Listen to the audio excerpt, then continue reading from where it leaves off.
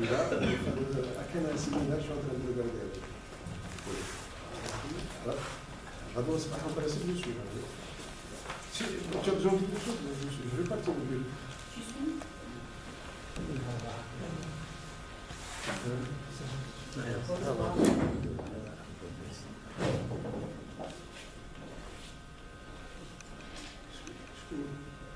Madame la village là. Tu as dit je ne peux pas maintenant. Allez, ça.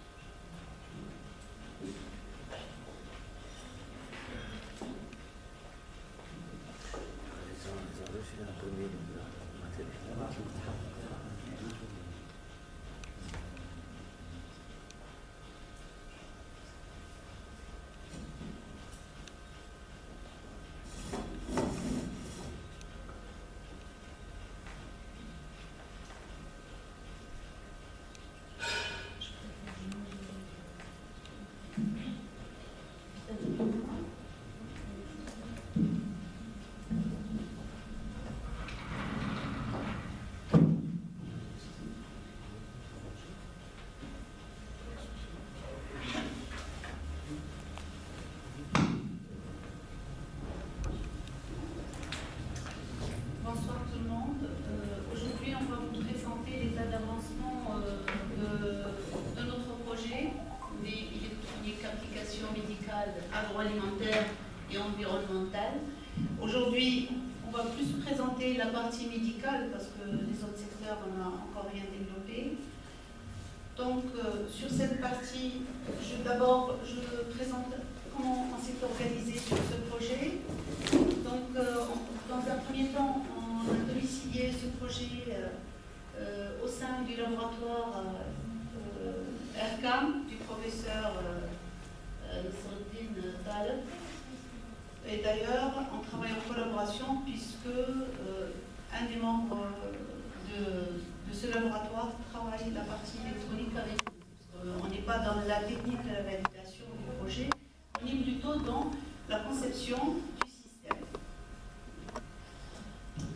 Alors, c'est un projet pluridisciplinaire qui fait appel à plusieurs disciplines, notamment la microbiologie, bactériologie médicale, microbiologie dans le domaine phytoplante aussi, puisqu'il y a l'axe d'agronomie. On a aussi la chimie, la chromatographie en phase gazeuse, on travaille pour la reconnaissance justement des VOC, des composés volatiles organiques. Et ensuite l'électronique plus les capteurs, les cartes d'acquisition et l'informatique, c'est la création de bases de données et les statistiques par l'ACP ou la AFP, c'est-à-dire analyse de composantes principales ou analyse de composantes factorielles. D'accord ? Donc, les chercheurs investissent sur ce projet. Donc, il y a deux petites équipes au sein de cette équipe. On a l'équipe qui travaille sur le côté gynéco et on est en train d'initier une autre équipe qu'on a intégrée du laboratoire. Voilà, qui travaille sur la thérapeutique du diabète et nous, on apporte un dépistage sur le diabète. C'est-à-dire on travaille toujours sur les composés volatiles organiques, les VOC. Donc dans cette équipe, vous voyez bien que nous sommes nombreux et dans cette équipe, vous allez trouver même des gens qui sont en dehors de notre établissement, de notre université. Notamment, on a le professeur Bouranem, qui est informaticien, qui a une équipe de recherche à Toulouse, qui s'intéresse à nous donner un coup de main. On a le professeur Yousfat qui va aussi s'investir sur les études de tout ce qui est statistique. Et on a d'autres médecins qui sont intéressés, notamment par spécialité. Voilà. d'abord, je vais expliquer comme intro, je vais donner une introduction comme ça, assez simple pour que tout le monde comprenne comment, qu'est-ce que c'est ce nez électronique, qu'est-ce que c'est. Donc c'est un nez artificiel, on parle de l'intelligence artificielle. Si je prends un nez électronique, on voit bien que un nez, il a des cellules réceptrices d'odeur, et ces cellules, réceptrices vont envoyer les signaux au niveau des neurones, et le cerveau décode l'information, et on va sentir par exemple des odeurs. Alors le nez artificiel, on fait un prélèvement, et dans ce prélèvement, il va y avoir une coupure d'électricité.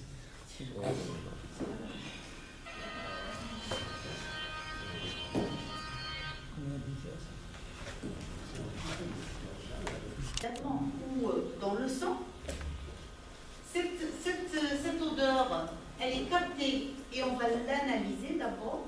Alors nous, on analyse, si je prends la bactério, je prends par exemple une bactérie, je vais faire ma biochimie, je vais regarder quelle est la molécule qui est la plus parlante ou la plus de façon quantitative, et je vais analyser par une chromatographie en phase gazeuse, c'est-à-dire je prends le pic le plus élevé. Et à partir de là, donc on est partie microbiologie, partie chimie, on part à la partie électronique. La partie électronique, on va dire à l'électronicien, je vais un petit peu banaliser ce que j'ai présenté. Voilà, il faut tel capteur pour telle molécule. Par exemple, si je trouve de l'ammoniac, donc il va prendre des capteurs à base d'ammoniac. Et ensuite, par une interprétation de logiciel, ça va donner des bases de données, que ces bases de données passent en apprentissage, et on a une réponse.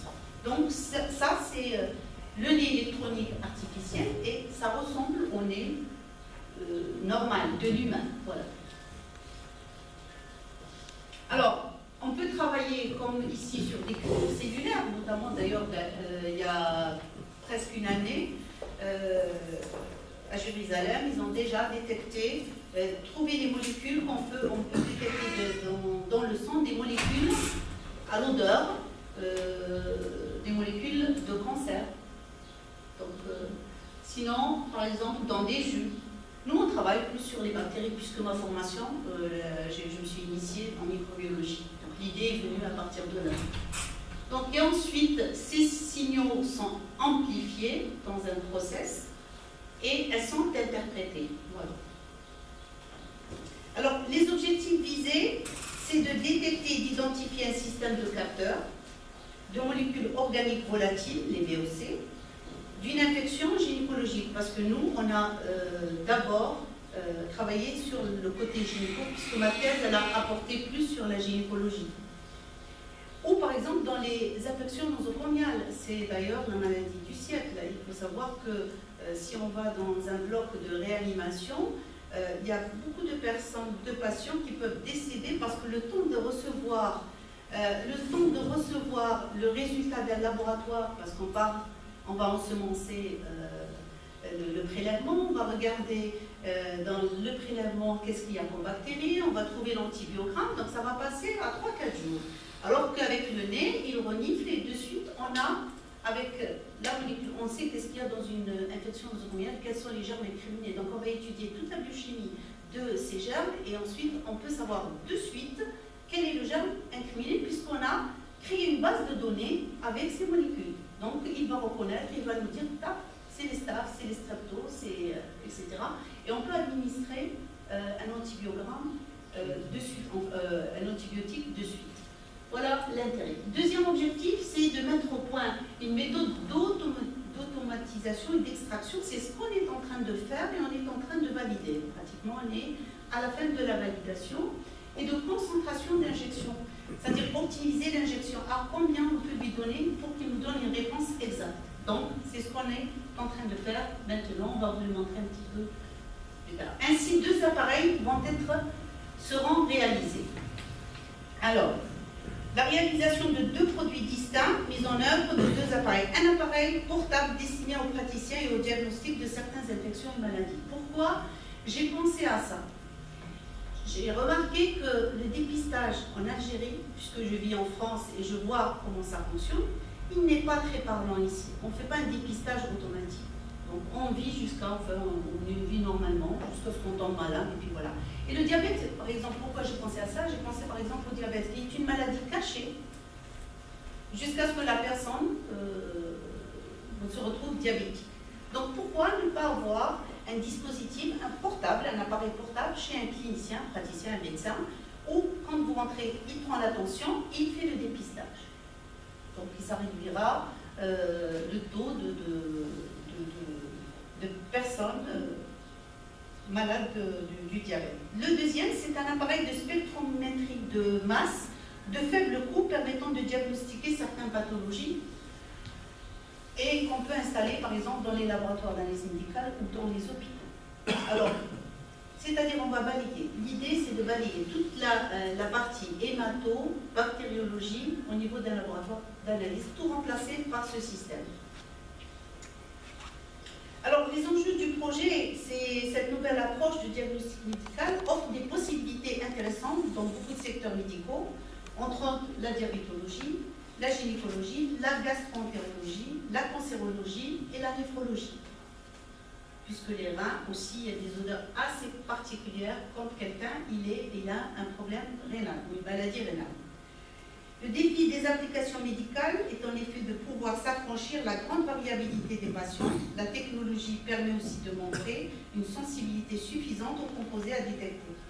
Enfin, la production d'une grande échelle impliquée. Pourquoi je parle d'une production d'un système qui fait tout? Peut-être il va être cher, mais c'est-à-dire on rentre dans notre coût, puisqu'il peut explorer pas mal de types d'infections ou de pathologies. Et en troisième point, c'est le marché est difficile à pénétrer. Tout marché médical, il est très difficile à pénétrer. Et ce sont extrêmement des porteurs ou sont à l'attente d'une solution permettant la prédiction et la détection, c'est-à-dire prévoir, prévenir et détecter les maladies par les VOC, les composés volatiles organiques. Alors, la cohérence avec la stratégie globale, ces appareils rentrent tout à fait dans la stratégie globale de la société, ou dans n'importe quelle société. De toute façon, il n'y a pas que dans notre société en Algérie, dans n'importe quelle société, visant à développer des instruments portables dans de nouveaux secteurs de marché. Donc, il n'y a pas que le secteur marché médical, il y a le secteur marché agroalimentaire, environnement, etc. Cette démarche rentre dans la stratégie d'une nouvelle technologie, donc tous de nouveaux produits nous permettant de rester les leaders sur nos marchés. Bien sûr, si on arrive à transformer cet appareil agroalimentaire que j'ai côtoyé, moi, puisque j'ai travaillé sur cet appareil agroalimentaire, le transformer en médical, nous serons des leaders en Algérie. Nous serons des leaders, puisqu'on a un brevet déjà sur la technique, où on a déjà brevet à l'échelle nationale. Ensuite, on a fait l'extension en 2016 du brevet à l'échelle internationale. Donc, nous sommes des premiers pour le moment sur la partie gynéco. Et je ne vous promets pas pour le reste, je ne sais pas, on verra. Et ensuite, le choix de distribution au niveau des zones géographiques. Bien sûr, quand on va commercialiser ce produit, c'est plutôt les zones où il y a plus, on va regarder, on va faire une étude de marché, où il y a plus d'infections au niveau, par exemple, gynécologique ou autre, on va d'abord équiper. Les principaux avantages concurrentiels espérés en ce qui concerne la détection de certaines infections vaginales, une analyse d'un prélèvement d'exudage génitaux nécessite plusieurs étapes, c'est ce que j'ai dit tout à l'heure, 2 à 3 jours, alors qu'avec le nez électronique, cette innovation, cette nouvelle innovation, réside sur 30 minutes. En 30 minutes, on peut passer exactement, si le passeur d'échantillons, il fait 60 échantillons, on peut faire passer 60 échantillons. Ça dépend du concepteur qui va nous fabriquer ce nez, s'il va nous mettre 60 ou 30, tout dépend de l'achat, ce qu'on veut faire, etc.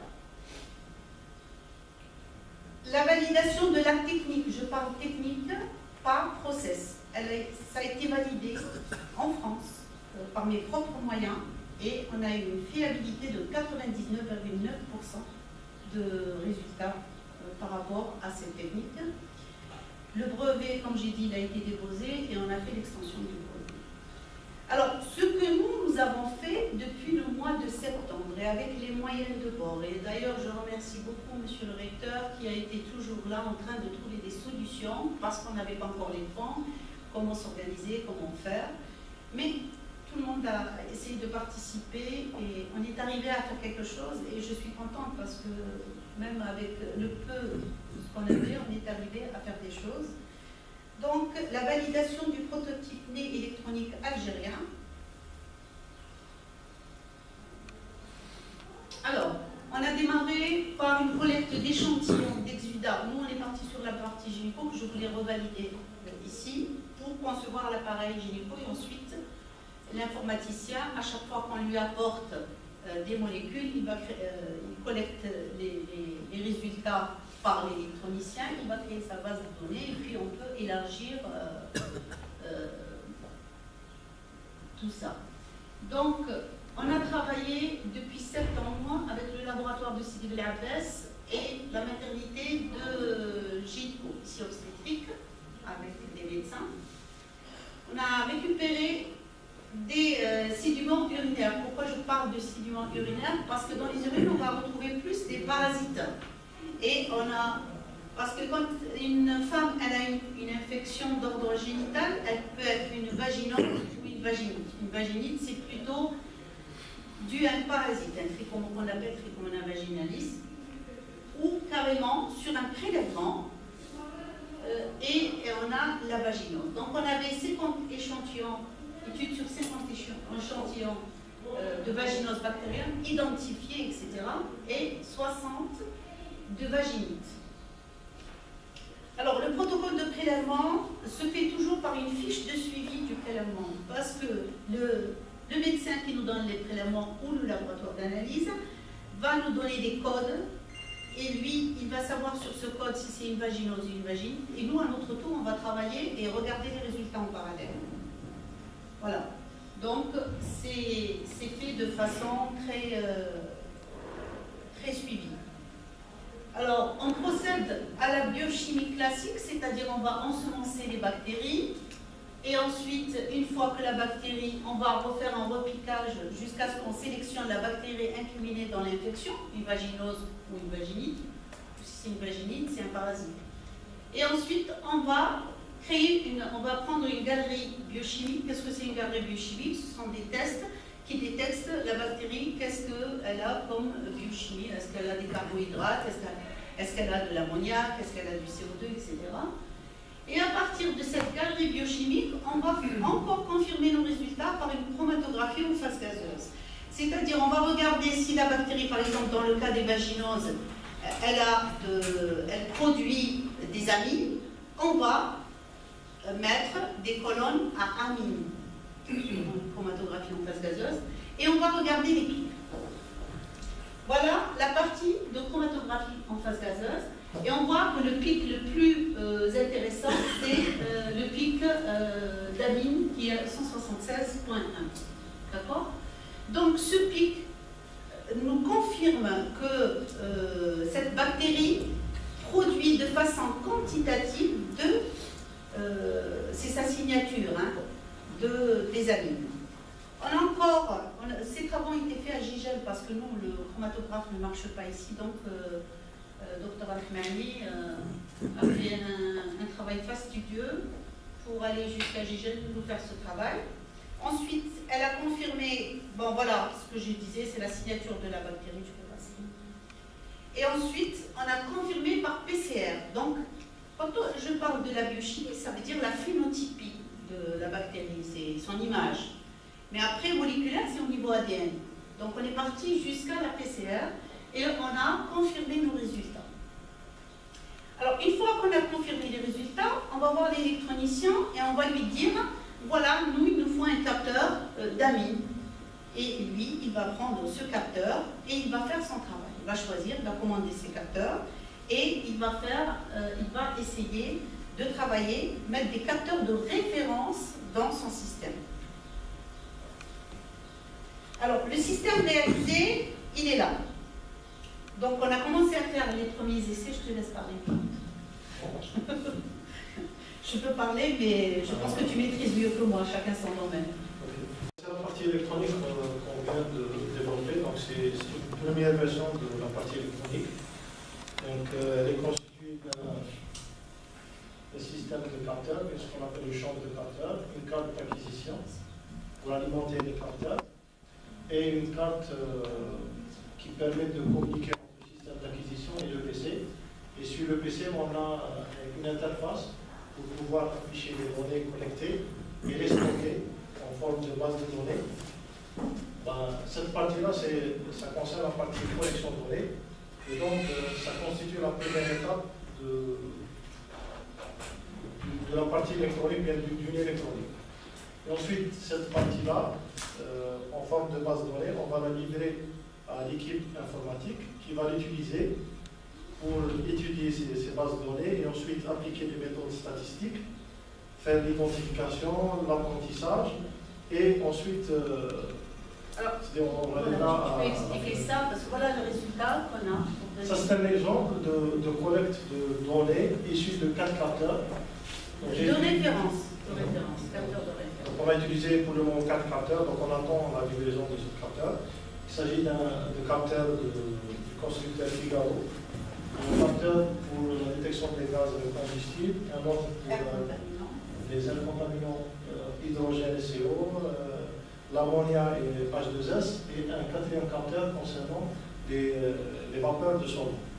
Et donc ça, c'est des courbes qui représentent les données qu'on capte à partir des échantillons qu'on a injectés dans la chambre des capteurs. Donc une fois qu'on a ça, on va les stocker en forme de base de données et on va passer à la partie informatique et statistique. Voilà, la partie informatique et statistique, donc elle va être gérée par Fethi. Donc cette partie informatique, elle est faite, c'est une étape de recherche 2 qui est en cours de réalisation. Donc il y a 3 parties dans cette étape. La première partie, c'est collecter les données. Miloud va donner les données à Fethi et Fethi il va commencer à représenter tout ça par une création de base de données et il va faire une analyse et exploitation de données par une étude statistique qu'on va renvoyer au professeur Yousfat qui est prêt à prendre en charge ce travail par plusieurs types d'analyses, par exemple l'analyse de composantes principales ou l'analyse factorielle des composantes. Désolée, en statistique, je ne maîtrise pas. Voilà le résultat final. Pourquoi j'ai pris ça? C'est-à-dire quand il aura fini tout ça, à l'écran, la conception, on va avoir ça. Par exemple, ça, c'est les travaux que j'ai faits sur la gynéco. C'est le brevet. Donc, vous avez toutes les personnes qui ont, par exemple, une vaginose, ils vont être d'un côté. Il y a une discrimination, je vous ai dit, à 99,9%.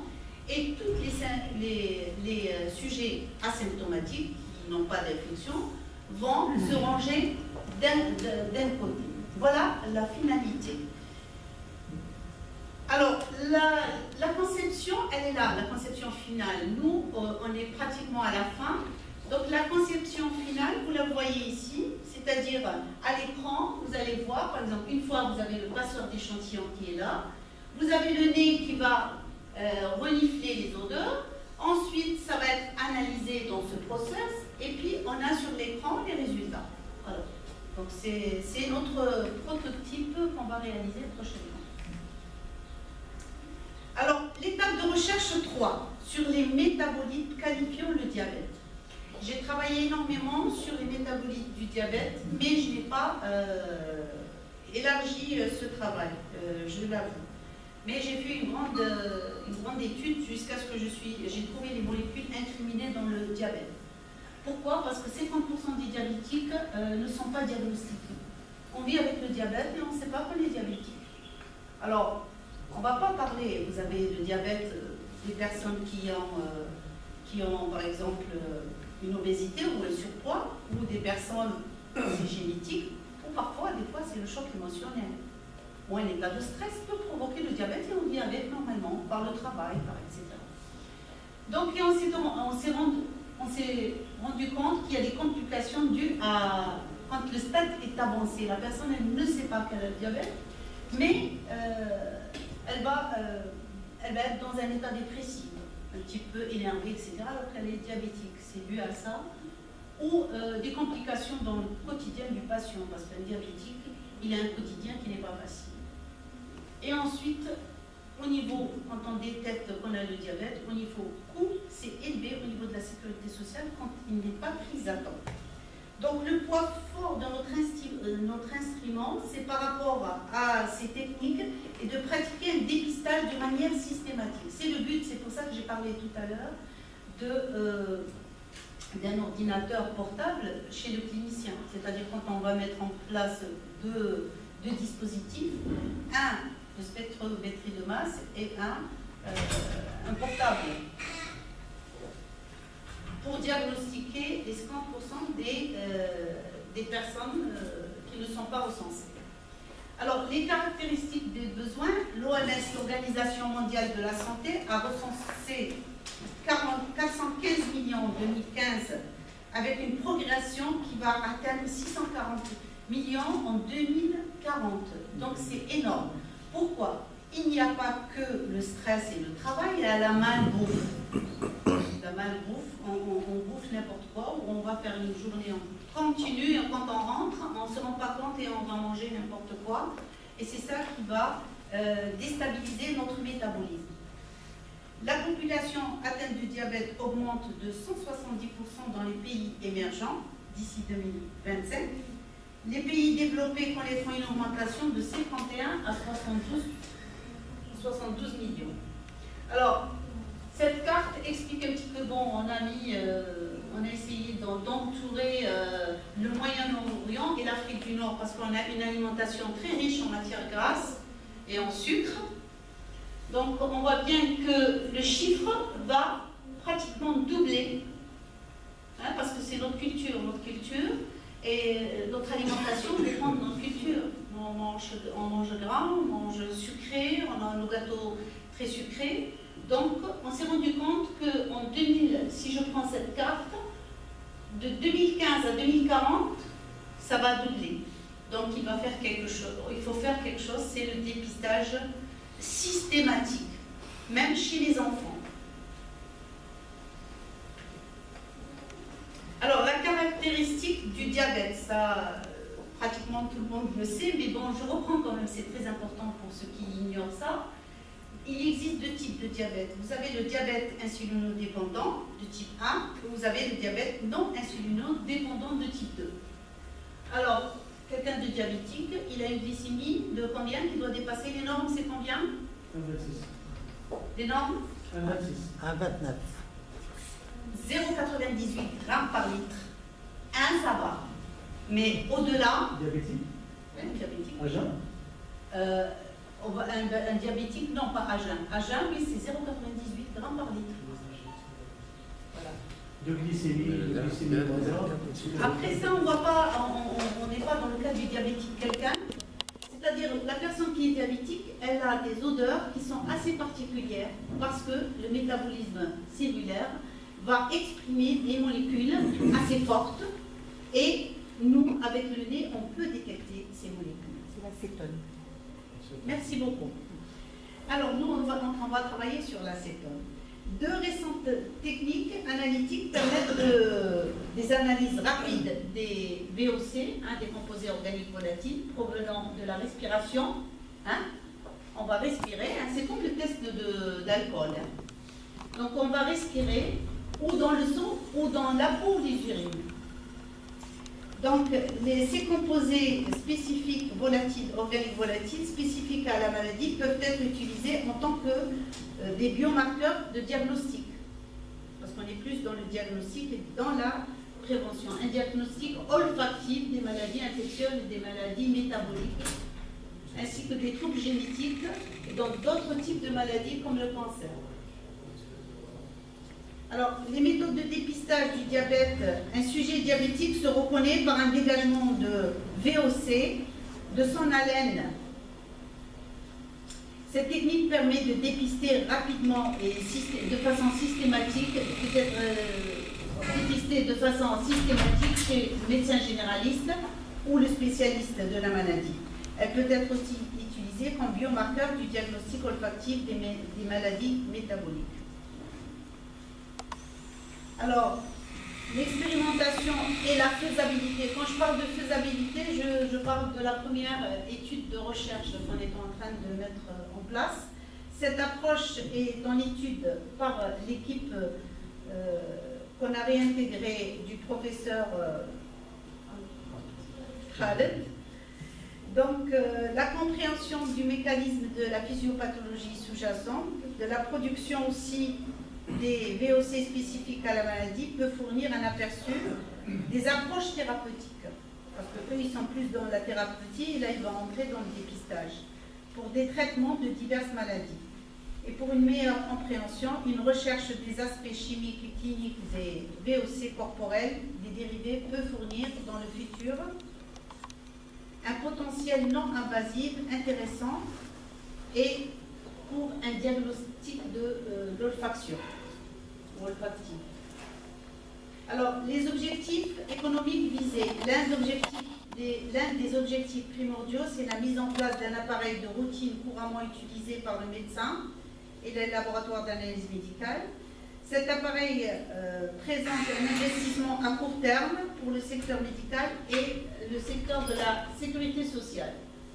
L'appareil sera intéressant en termes de coût et ça évitera l'évolution de la pathologie vers des complications économiques. Pour le diabète, le coût de soins est estimé entre 4 à 6% du budget national de la santé en Algérie. Ce diagnostic précoce réduira le coût. Des avantages multiples. La prévention, d'abord, ce n'est pas quelque chose de systématique chez nous. Et la rapidité, et puis c'est une technique non invasive, c'est-à-dire c'est un appareil qui permet de détecter des maladies grâce aux VOC qui sont révélateurs de telle maladie ou telle infection. Alors, les facteurs clés du succès identifiés sont multiples. La connaissance parfaite de la technologie utilisée, on a le développement d'une médecine de prévention qu'il n'y a pas dans notre pays et qu'il faut développer rapidement. Le diagnostic, d'ailleurs, pas mal de collègues qui sont en France sont en train de travailler sur le dépistage du cancer. Je ne sais pas si vous avez entendu de la caravane, du dépistage. Donc, j'ai des amis qui travaillent là-dessus. Les médecins. Le développement d'un appareil multifonction pour différents secteurs médicaux, c'est-à-dire cet appareil ne va pas traiter que l'hématologie ou il va traiter l'hémato, la bactério, etc. Et tout ce qui est examen au niveau analyse médicale. Le choix doit être judicieux des partenaires au niveau de la technologie, des fournisseurs de multiplicateurs aussi et des spectromètres de masse. Au niveau des applications, les consultants médicaux et les laboratoires d'analyse médicale vont être consultés avant de mettre un gros investissement. Il faut peut-être penser à mettre à disposition cet appareil dans un laboratoire d'analyse médicale, au niveau hospitalier ou privé, et laisser à la disposition un mois pour comparer l'efficacité et le coût pour l'achat, parce que c'est un appareil qui est très coûteux. Les facteurs clés des échecs, il n'y a pas que le succès. Quand on fait quelque chose, on n'a pas un succès à 100%, mais on pense aussi à l'échec. Ils sont aussi multiples. Vous avez le facteur clé principal d'échec réside dans le choix de l'application.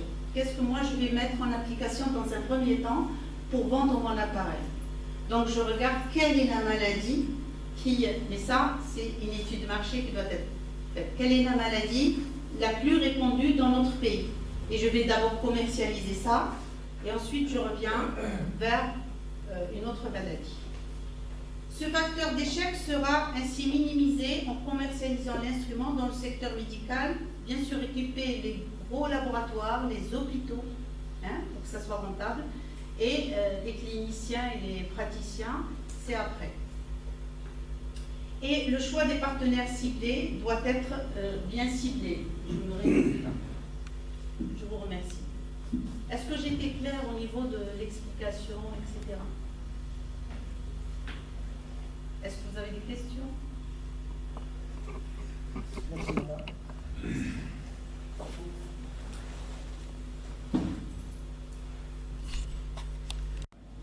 C'est qu'on appelle le boom scientifique de notre université. J'ai pratiquement 2 questions à vous poser. Maintenant, vous savez que la préoccupation majeure du pouvoir en Algérie comme partout, c'est le diagnostic précoce des cellules, des maladies de manière générale. Maintenant, je crois que vous avez déjà passé ou bien dépassé la phase de conception de produits et de l'ingénierie aussi. Vous êtes pratiquement dans la phase de concrétisation. Je voudrais savoir justement quelles sont les vraies difficultés que vous rencontrez dans la réalisation de ce produit. Et est-ce que vous pouvez les surmonter? Deuxième question, si vous me permettez.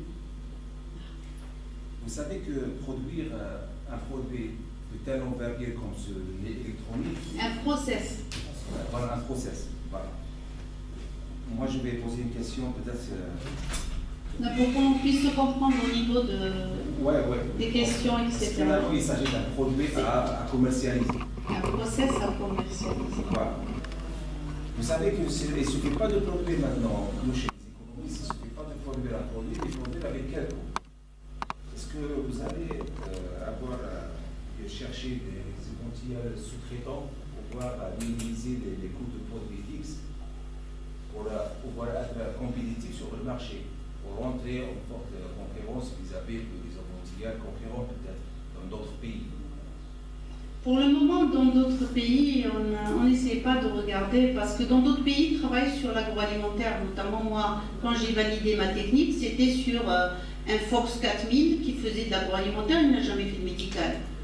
Donc, plutôt l'agroalimentaire. En ce moment, à Jérusalem, parce que je suis, moi, l'électronique tout le temps, et je vous dis, l'idée, on est en Algérie, si vous voulez, on est des leaders. Pourquoi j'ai dit leader tout à l'heure? Parce qu'en France, quand on a une idée, on va d'abord la rédiger. On va d'abord essayer de faire une étude de faisabilité. Je me suis formée en chimie électronique, même si je suis microbiologiste, quand j'ai eu l'idée. Parce que je n'ai pas parlé un petit peu de mon cursus, parce qu'avant d'être microbiologiste, j'ai fait un BTS ici, à Sidi Bel Abbès, de technicienne de laboratoire d'analyse médicale. L'idée, je ne l'ai pas eu comme ça, parce que j'étais polyvalente. Et j'ai travaillé dans le laboratoire, 3 mois, le laboratoire de Sidi Bel Abbès, de l'hôpital. Ensuite, j'ai dévié, je suis partie en France et j'ai fait tout mon cursus, c'est-à-dire de la licence au Master 1, Master 2. Et j'ai fait un 2 en agroalimentaire. Vous voyez? C'est comme ça que j'ai rencontré le nez. Et ensuite, ça ne m'a pas intéressé de faire l'agroalimentaire parce que j'aime tout ce qui est médical. Et j'ai dévié vers une thèse en microbiologie médicale. Donc, comment j'ai eu l'idée? J'ai vu un appareil qui s'appelait l'odorimètre, c'est même pas le Fox 4000, qui n'est pas breveté, qui est public, dans une école de chimie, puisque moi je fais un 2A polytechnique. Et je me suis dit, pourquoi je me forme pas en chimie électronique, puisqu'en microbiologie, dans ma thèse, j'ai trouvé que certaines bactéries, je les sentais. Je prenais la boîte, je la sentais, et je savais à peu près ce que c'est. C'est comme ça que j'ai eu l'idée de renifleur d'odeur. Donc je suis allée comme une étudiante, même pas comme docteur, et je me suis inscrite pour une formation que j'ai payée sur la chimie électronique. J'ai essayé de toucher cet appareil. Et ensuite j'ai commencé à ramener mes prélèvements, hop, et j'ai testé les résultats, j'ai eu des résultats pratiquement à 100%. Je suis sortie, j'ai rédigé une enveloppe solo. Qu'est-ce que c'est une enveloppe solo? Puisqu'on va parler un petit peu des brevets, parce que ça sera intéressant pour tout le monde. Une enveloppe solo, on va à l'INPI, c'est pas l'INAPI, ici on dit l'INAPI, en France on dit l'INPI. Donc j'ai acheté cette enveloppe solo qui coûte 15 ou 20 euros, et j'ai rédigé mon idée et je l'ai envoyée. Et c'est envoyé dans un tribunal avec des codes. Cette enveloppe solo nous donne l'antériorité. Ça, je l'ai eu en 1996. En 1996, j'ai été reprise par un laboratoire qui fait le nez électronique, c'est Alphamos, qui est multinational, hein, c'est pas une petite entreprise. Et ils m'ont demandé si c'est possible de vendre mon savoir-faire. Vendre le savoir-faire, c'est-à-dire acheter le brevet, vendre l'idée. Je l'ai validé chez eux en un quart d'heure. J'ai transformé leur appareil, j'ai mis des plaques parce qu'une bactérie, il faut pas qu'elle se multiplie pour que ça ne pose pas les résultats, etc. Je l'ai validé. Bien sûr, j'avais signé des contrats de confidentialité, des contrats de cession de savoir-faire, mais ça a été publié sur les journaux, ça ne m'a pas intéressé. J'étais accompagnée par des avocats parce que ça marche comme ça. Et j'ai arrêté la vente puisqu'ils se mettaient déjà en amont. J'ai arrêté la vente et j'ai gardé mon projet parce que c'est un projet qui est très lourd et où il y a beaucoup d'argent. Je l'ai arrêté et sincèrement, je me suis dit, ce n'est plus la peine de faire quoi que ce soit, il faut attendre. J'ai attendu tout ce temps parce que j'avais d'autres préoccupations familiales pour ma famille. Et quand j'ai trouvé le temps pour le faire, ben regardez, c'est en 1996. En Israël, il vient juste de penser à ça. L'idée, c'est donc l'Algérie, si je déposais le brevet ici, même si c'est sur la technique, l'Algérie se portera leader.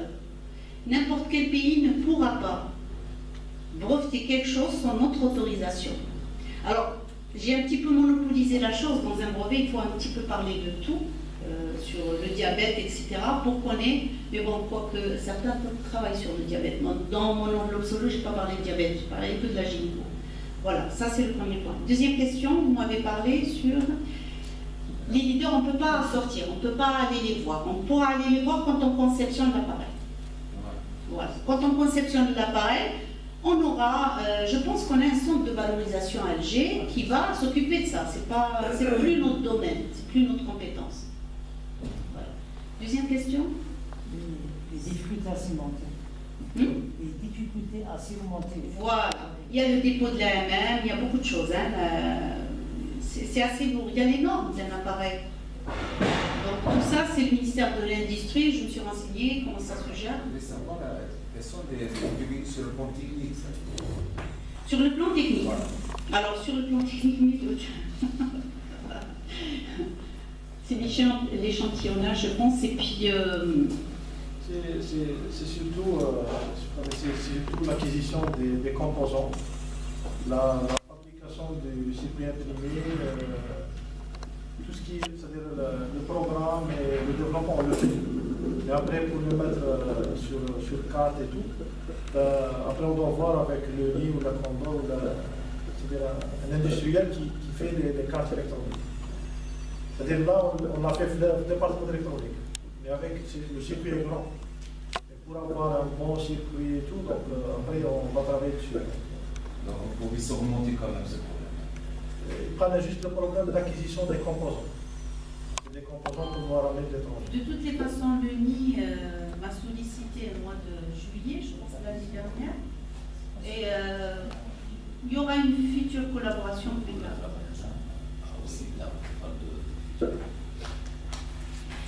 Le CEDELA a posé une question sur l'acquisition des composants. Dans l'immédiat ou dans le futur? Dans le futur, parce qu'il faut y avoir. Fabricateur. Là, ça dépend. C'est Gilles qui doit répondre.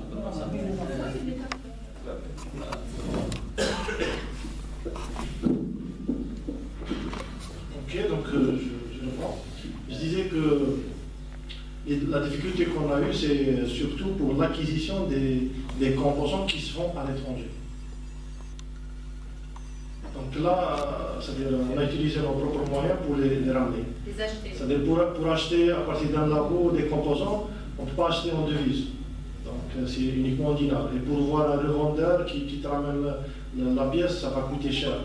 Donc là, on a essayé d'acheter ça avec nos propres moyens. Une fois qu'on valide, après on passe à la procédure normale.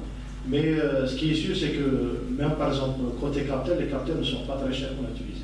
C'est des capteurs, par exemple, le capteur il coûte aux alentours de 10 €, qui est le plus cher qui coûte aux alentours au maximum de 40 €. Et utiliser une dizaine de capteurs, ça va tourner aux alentours de 400 € au maximum. La carte qu'on a utilisée, c'est une carte qui coûte pas cher, aux alentours de 35 €. La carte qu'on a développée, elle va coûter 20 €. Donc, on peut faire un électronique avec un budget réduit à un maximum 500 euros là. Je vous en prie. Alors, Je m'excuse, pour faire la conversion. ouais, c'est très bien. Ce qu'il faut voir, on prévoit plus tard, parce qu'il y a des capteurs consommables. Donc, ce qu'on prévoit plus tard, c'est de prendre quelqu'un pour travailler sur la conception des capteurs. Ah, c'est pas longtemps. C'est pas longtemps.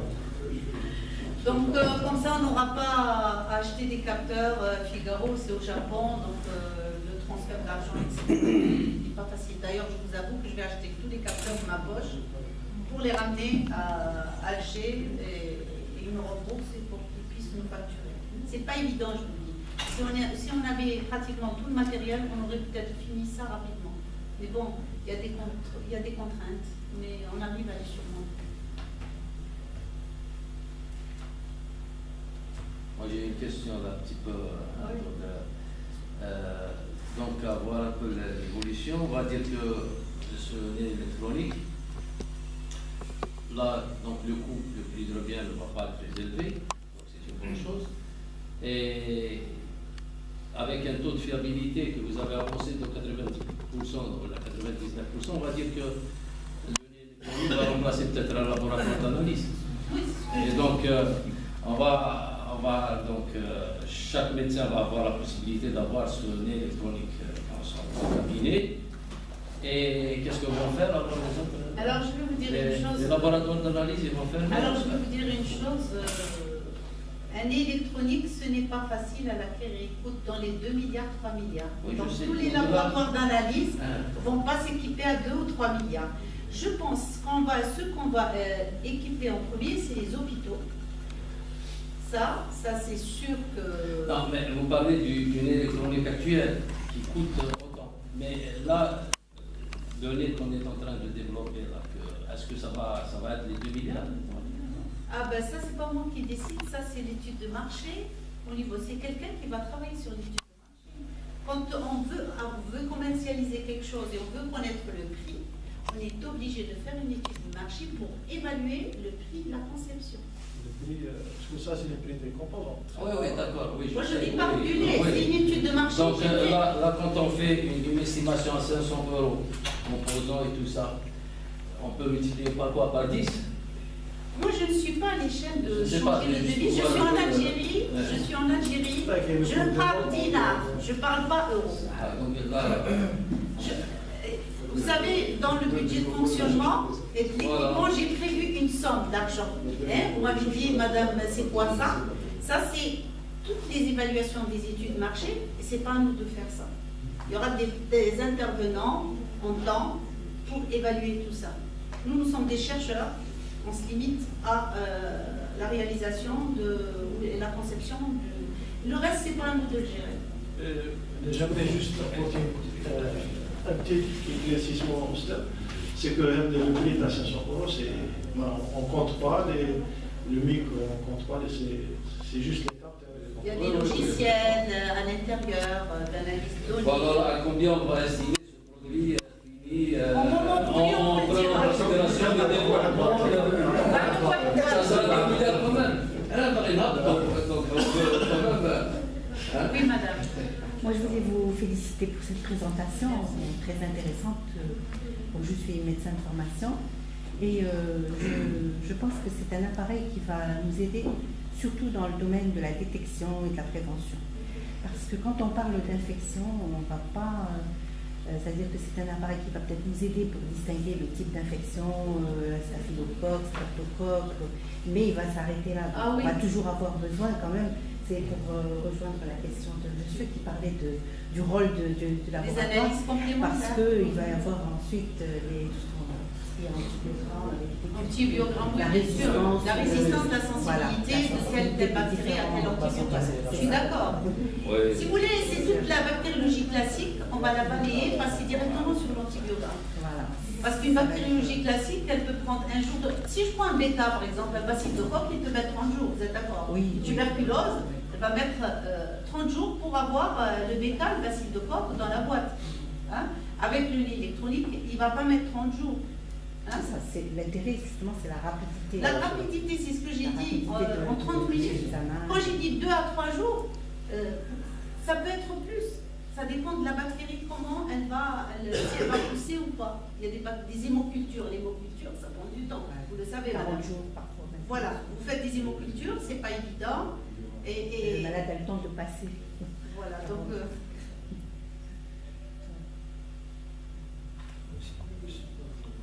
Moi, c'est Machoua Ali, professeur en électronique. Pour ma question, elle est technique surtout.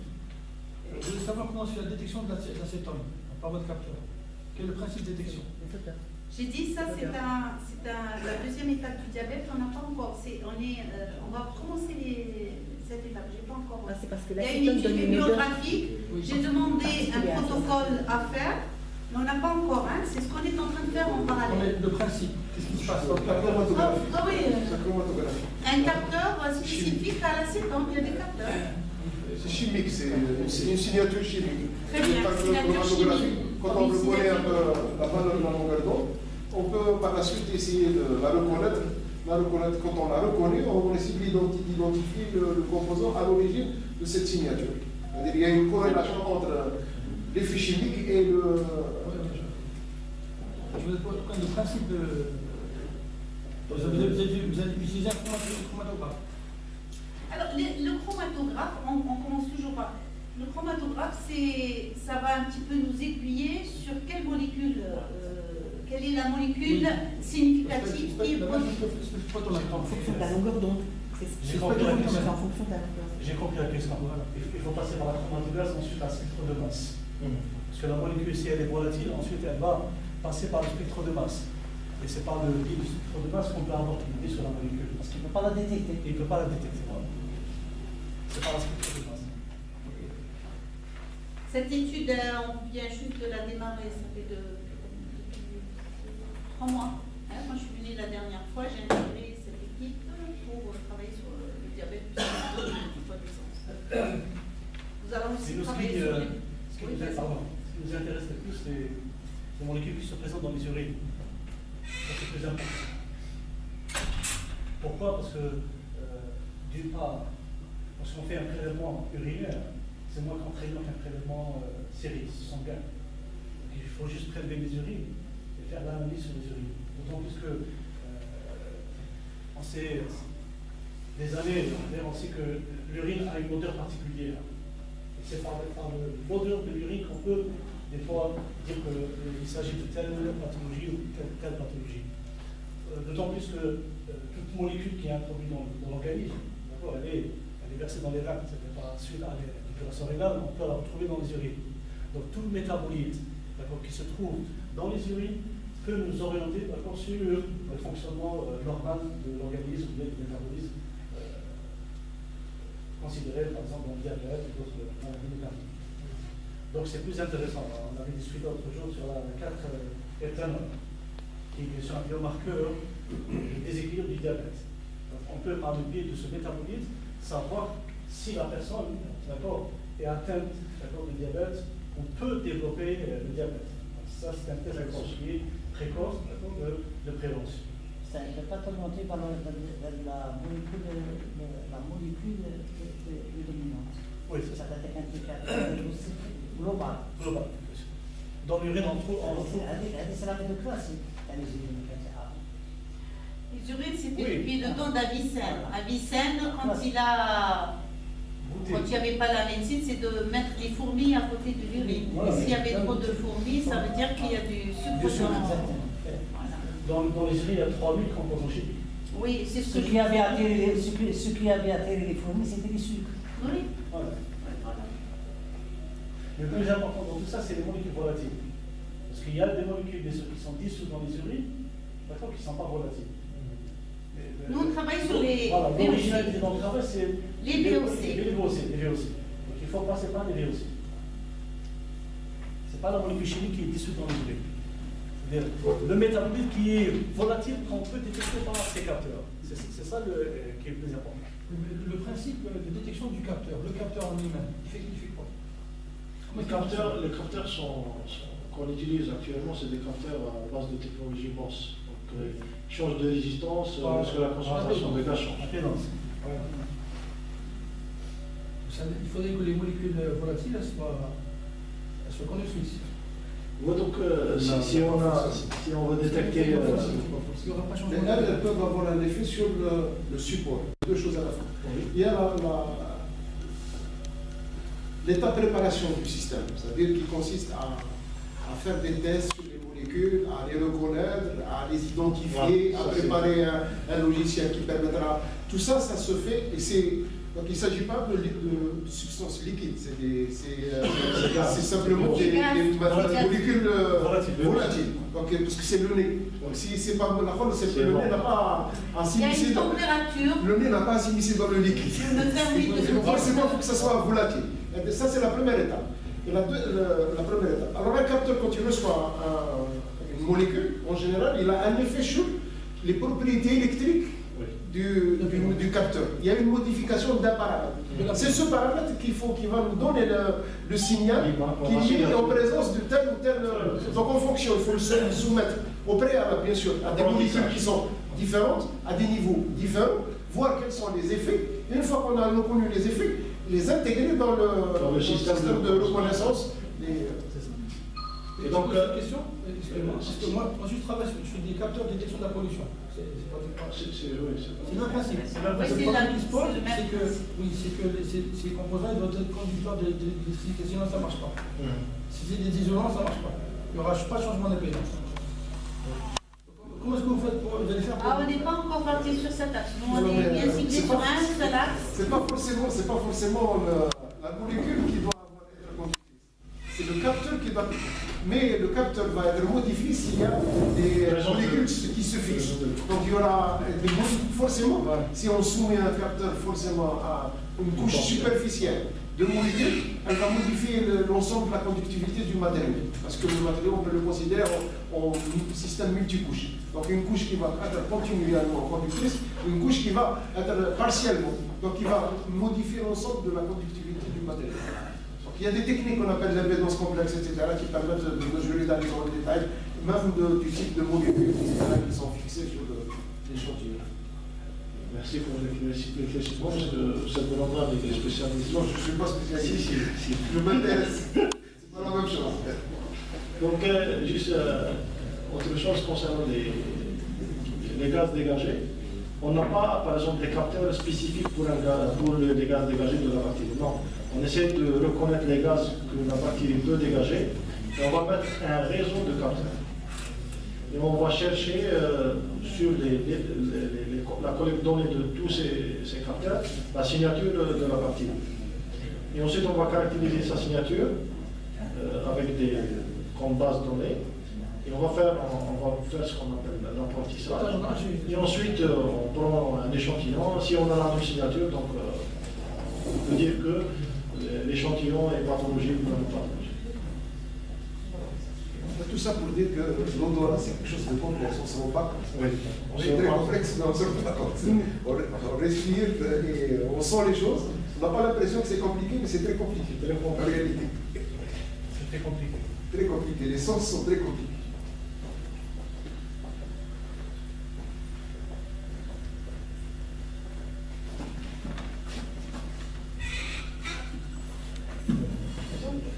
Il n'y a pas de questions?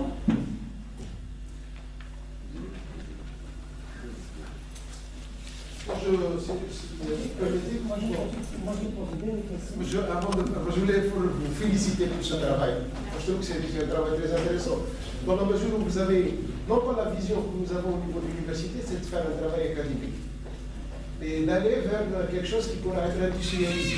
Donc, une recherche appliquée. Et ça, je pense qu'on n'a pas eu, malheureusement, dans notre université, pour des raisons qui sont les nôtres, on n'a pas eu tout le temps cette opportunité et cette façon de faire. On s'est toujours intéressé à des travaux qui sont purement académiques et qui n'ont pas forcément des applications tout de suite, mais qui peuvent avoir des applications. Alors pour une fois, vous avez piloté un projet qui, à la fois du développement, donc de la conception au développement, et peut-être à l'industrialisation du produit, à sa mise sur le marché. Moi, je pense que c'est utile pour l'ensemble de nos étudiants, parce que la démarche est utile en elle-même. Et donc, elle sort un peu du cadre habituel de notre... Moi, ce que je dis, c'est créer un pôle pluridisciplinaire, c'est-à-dire toutes les disciplines participent. C'est ce qu'on fait d'ailleurs. Nous, l'un ne peut pas. Si, par exemple, moi je ne donne pas le travail à Miloud, Miloud ne veut pas travailler, et si Miloud a les données, il ne les fait pas, il ne pourra pas travailler. Donc c'est un travail d'équipe pluridisciplinaire. Et on est arrivé au départ, on avait du mal, ils avaient du mal à me comprendre. Madame, que ça veut dire ça, ils avaient du mal à comprendre que ça veut dire les bactéries, tout ça, la pathologie. Mais on est arrivé, à force maintenant ils comprennent et on arrive à communiquer. Même moi au niveau électronique, je commence à comprendre parce que je suis ce qu'il fait, etc. Et Fetri, c'est pareil. Donc on arrive tous à se compléter. Parce que la recherche, c'est pas être dans son coin et faire des publications tout seul. Quel est l'intérêt d'ailleurs de faire que des publications? Il faut faire quelque chose, il faut qu'on produise des choses. L'intérêt, c'est de donner quelque chose. On fait du fondamental, ok, mais à un certain temps, il faut passer à l'appliquer. Moi, ma thèse, c'est du fondamental. Et après, il faut réfléchir à l'appliquer. L'appliquer, c'est ça, c'est produire des choses. Alors, l'intérêt, c'est à ce qu'on arrive à travailler tous ensemble et faire les choses ensemble. Enfin, c'est mes objectifs, moi, de toute façon. Et je suis ouverte à toutes les propositions de tout le monde. Et l'équipe aussi. Hein. Voilà. Quelles sont les limites de publication? Quand il y a un brevet, les limites de publication, on verra ce qui peut être breveté, ce qui ne peut pas être breveté. On ne va pas breveter quelque chose. Voilà. Donc, ce que vous m'avez donné la dernière fois, j'ai annulé pas mal de choses parce que vous étiez en train de tout mettre sur un poster. Bon, c'est normal. J'ai repris le travail, j'ai enlevé, j'ai laissé l'essentiel. Et on a pu faire un poster. On peut parler dans un poster ou dans une publication, mais sans te donner trop de détails. Voilà. Alors, quand est-ce qu'on verra ce nez? Ce nez, combien ton chat? Déjà, monsieur le recteur, il faut savoir une chose. On a le nez de l'Abbasien, mais on voulait bien avoir ce nez quand même. Le nez algérien est connu. On verra bien. On veut être optimiste, mais on ne veut pas aussi dire qu'on est en train d'arriver. Moi, je suis contente par rapport au travail. Je suis optimiste. Pas trop, mais je suis optimiste. Quand on a les moyens, nous, on n'avait pas les moyens. Même si on avait les fonds, vous le savez, monsieur le recteur, tout ce qui est administratif, etc., prend du temps, signature, etc., commander, il y a des produits qui ne sont pas là, etc. Nous, on travaille avec les moyens du bord. Hein. Vous savez, quand on n'a pas une gélose au sang, on va chercher du sang, je la mets dans la gare et on trafique comme ça pour que la bactérie pousse. Voilà, on fait avec les moyens du bord. Maintenant qu'on est équipé, alhamdoulilah, on a commencé à avoir un équipement, du consommable, je pense que ça allait plus vite. Au mois de juin, je vais acheter tous les capteurs de ma poche. Je me suis entendue avec le fournisseur. Je vais les envoyer à lui. Et le fournisseur me remboursera, bien sûr. C'est pas du gratuit. Et on va peut-être pousser. Là c'est bon. Là, c'est le travail de Fetri et de Milo. Il n'y a pas de vacances. Je reviens. Je vous laisse le Ramadan. Je sais que c'est pas facile, mais on travaillera début juillet. Donc on se donnera un rendez-vous, Inch'Allah, c'est bon? Inch'Allah, oui. On changera de nez, Inch'Allah. Merci beaucoup, madame. C'est-à-dire qu'une fois qu'on se revoit un petit peu, donc c'est-à-dire la traçabilité du projet, avec quoi on a commencé, madame, et déjà, donc on est à peu près à, je dirais, à 70%, 70%. Je ne sais pas, j'ai une idée, mais je ne sais pas si au niveau de l'administration algérienne et au niveau de... on peut le faire. C'est la prestation de service dans un premier temps. Parce que je sais que la maternité de Sidi Bel Abbès, j'ai visité la maternité, ils n'ont pas de service de bactériologie, par exemple. Donc pourquoi ne pas créer un service de prestation de service, collecter tous les analyses, enfin la bactérie de là-bas, et travailler ici, avoir un biologiste pour signer les résultats, et faire entrer de l'argent pour l'université déjà, et payer les étudiants par exemple qui n'ont pas les moyens ou de bourses, etc. Enfin, c'est mon idée, hein. C'est comme ça que je travaillais en France, parce que en pharmacie on faisait comme ça. Je travaillais avec Fabre comme ça, les étudiants qui n'avaient pas de bourse, donc on avait des bourses par l'intermédiaire de l'industrie. Donc Je ne sais pas si au niveau des degrés, etc., ça existe, mais j'ai parlé au professeur Aourak. C'est possible, il m'a dit. Tout est possible, madame. Tout est possible. Voilà. Donc c'est les objectifs quoi, pour plus tard. Si vous êtes convaincu, madame. Voilà. Bilal? Oui.